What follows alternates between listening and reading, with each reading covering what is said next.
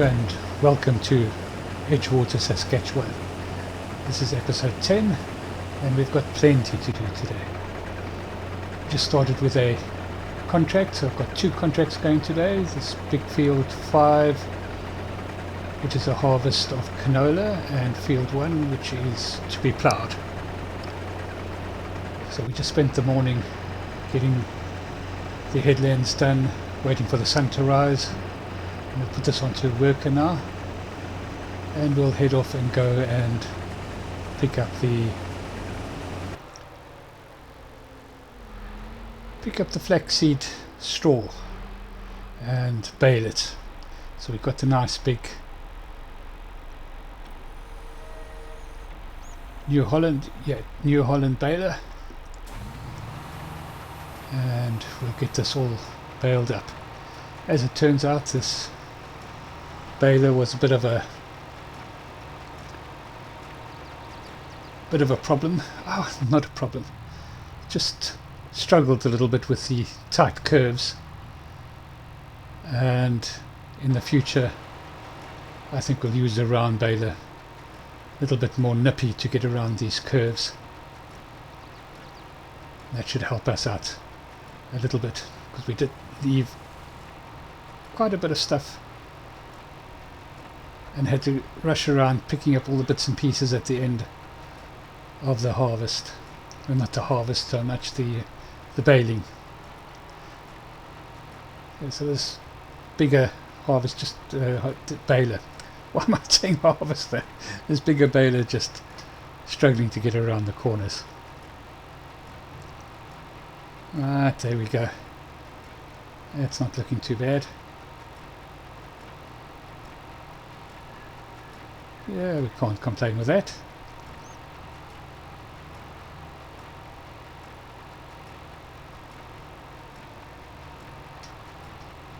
Yeah, so I had just leased the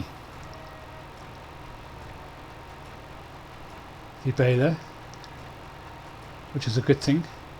I wasn't sure whether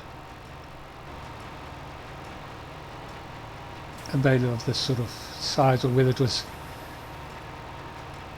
worth taking a loan to buy a baler at this point in time, so I just decided to lease it, and it turns out to be a good thing. So when we get round to buying a baler, I think we'll get a round baler, maybe even the quick baler. Don't see any reason why we shouldn't use that. See, do a little bit of a 3-point turn just to get around this little bend. So, I mean, before we do the next, well, while we prepare this field for the next round of planting, we will, of course, reclaim quite a few of the ditches. So it will be a little bit straighter. In fact, it'll be a lot straighter. So that might not be too much of an issue. But of course, if we want to do contracts on other fields, then it may well become a problem.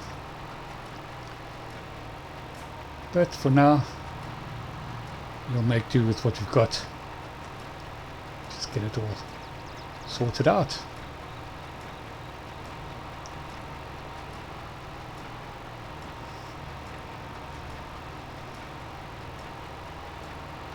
There we go. Just finish off these last few little strips.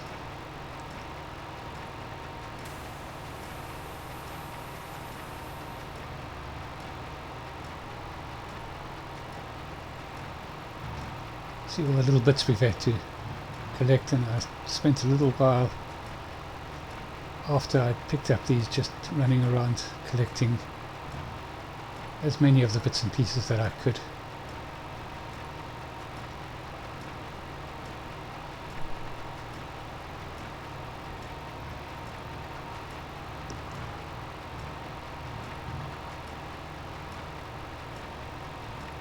This last bit up done, picked up and done. Yeah, that's good.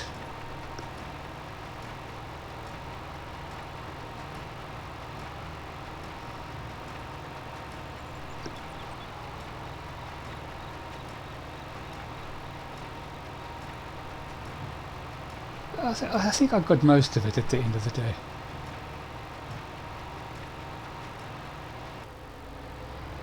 Right, I did spend a little bit more time picking up the other bits and pieces, and as you can see, it left about 2,000 litres in the harvester, which is going to just change over into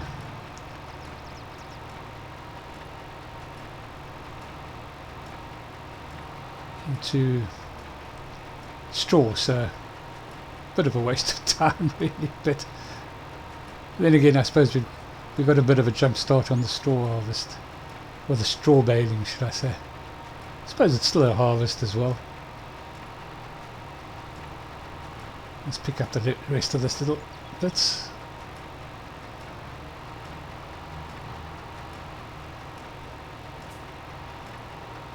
There we go, it's coming up now.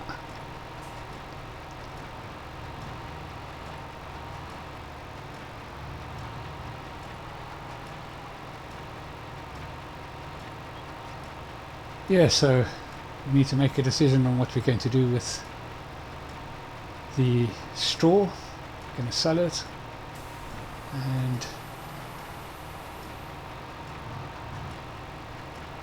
if you watch till later in the video, you'll see exactly what we did with it. Right, so that harvesting contract is just about finished, or just a little triangle to harvest. We'll pop this into the trailer and get it delivered down to the farmers markets.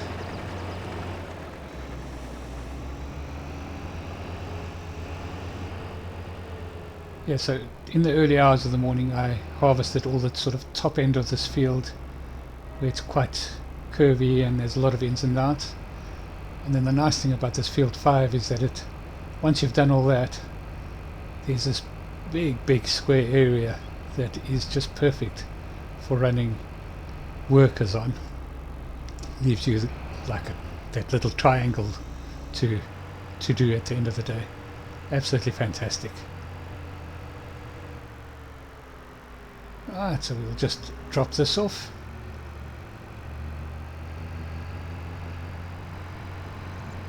The farmer's market and see if we make any money out of it. Hopefully we will.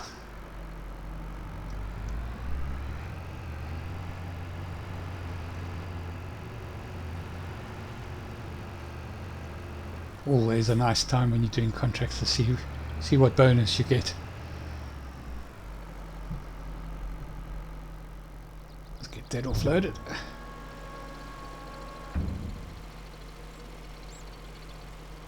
Here we go. That's not too bad. 18,000. Can't complain. Right, so we've just leased this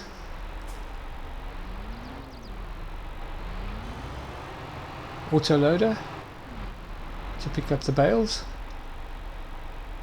and we'll just pop along and collect all the flaxseed, make sure we don't pick up the straw, and that's good. Right. Yeah, as I said, I've just leased this autoloader, and as you will see later on in the episode, possibly not the best one to have leased. So we'll have to learn that lesson as well, and maybe get the standard in-game autoloader. I think it'll work better with the delivery of the bales to the production units. But you'll see that a bit later. See what I mean.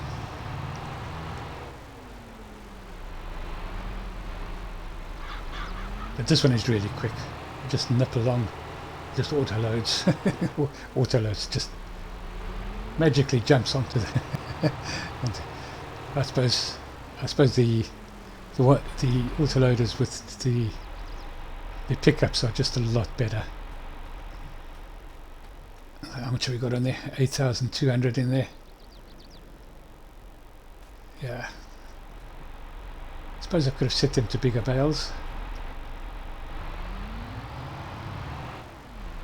It's one thing I do. Ever since FS22 came out, I keep forgetting to change the the baling size. I just tend to leave it on what it is when I pick it up. It's just weird. It's one of those things that I always seem to struggle with. Not a serious problem though. Still get the bales, just more to collect. Right, let's finish this off. The last couple. I think this is the last one. Quick scan of the field. Yeah, I think it's pretty much it. Yeah, can't complain with it. We'll get this off down to our production unit and go and make our first delivery to the spinnery, so we can start getting our production going. Production of fabric, the first step onto making clothing.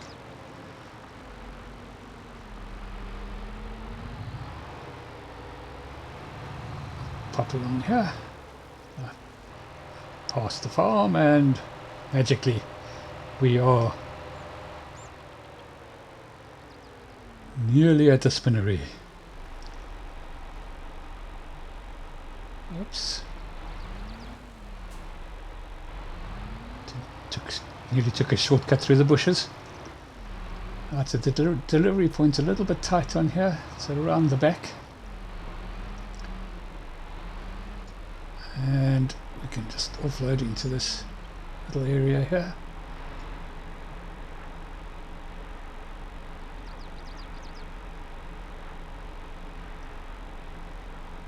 It's a quick offload with the system as well.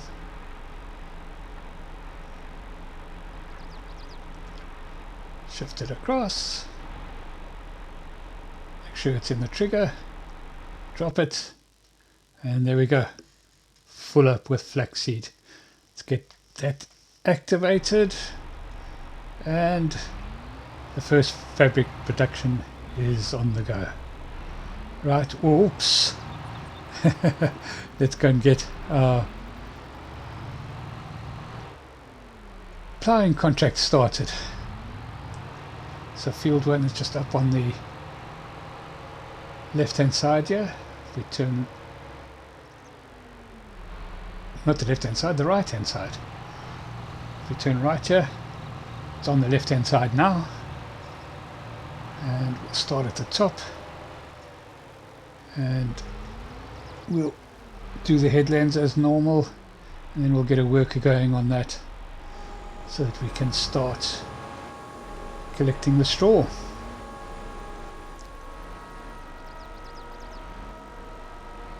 Fantastic.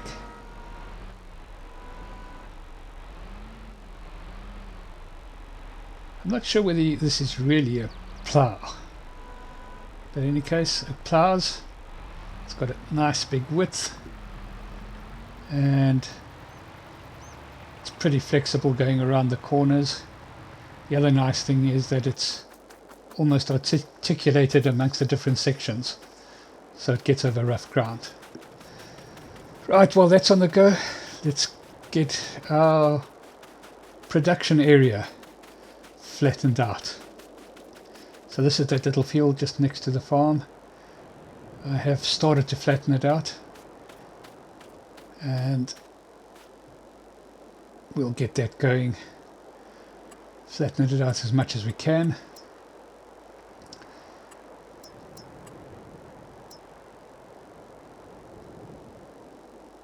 Make a nice big circle. Enlarge that. Yeah, and let's go.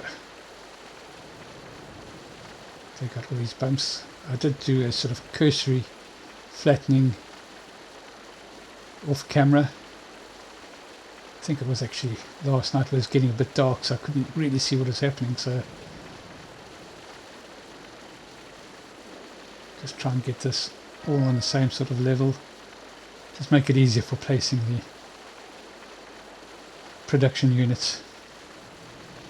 So we'll put our clothing factory up here when we need it. Probably won't need it for maybe in the next episode.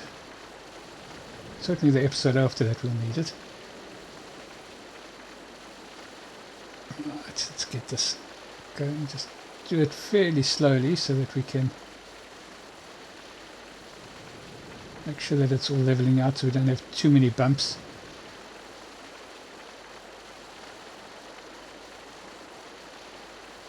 There we go. It's costing a bit of money, but all worth it in the end. We'll have a nice, fairly big production area. We'll be able to get most of our productions in this area.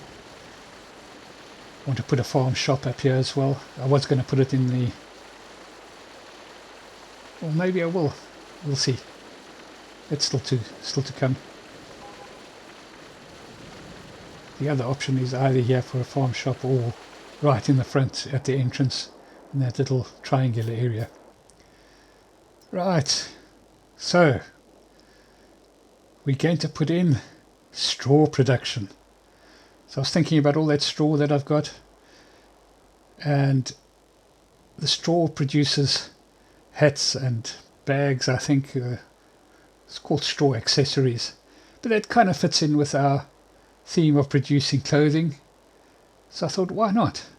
I haven't used it before, and we've got all that straw, so let's get it going. So it's just also means that we might have to get a couple of fields just to keep straw production going, but that's not a problem either. So there we go, straw production built. So even with all the flattening, it still is a little dip. It's not too bad. Vehicles can handle that quite easy. So the inputs are water and straw. We get straw accessories and straw pallets. There we go. Quick squiz of that. Fabulous. So now let's pick up our straw. Haven't forgotten about the stray bale in the flaxseed field, and we'll nip on up to the top field and go and pick up all that straw, get it into our straw production.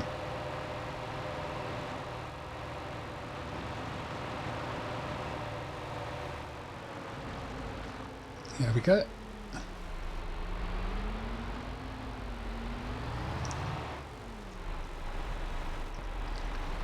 I did say that we were going to reclaim the land on the flaxseed field,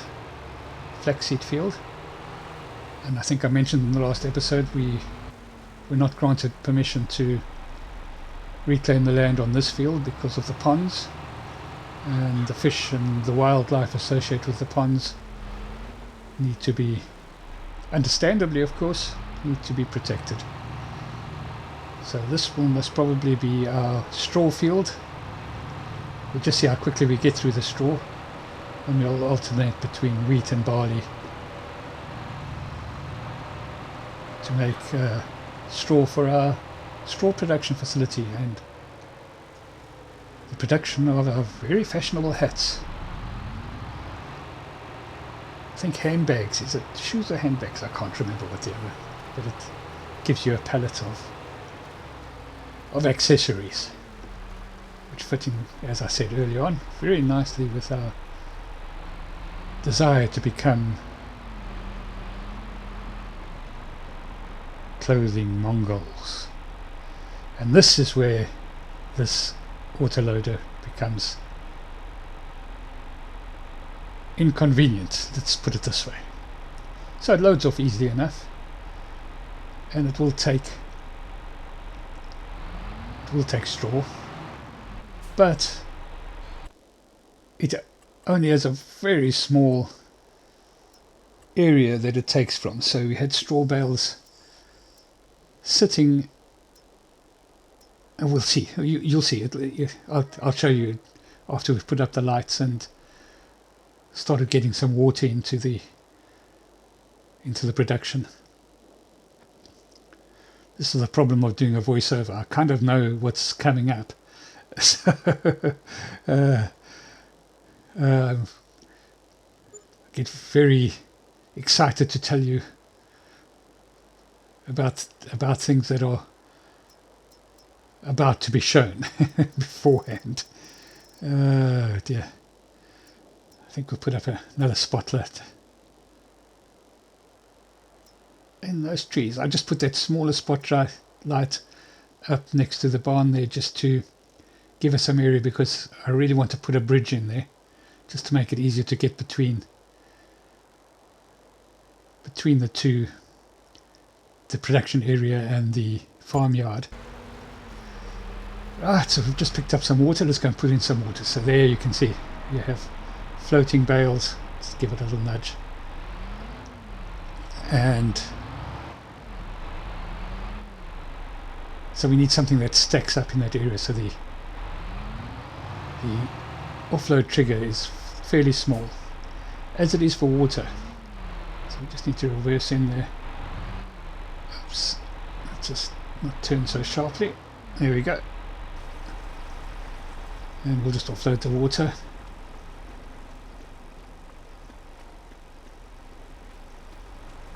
And we'll activate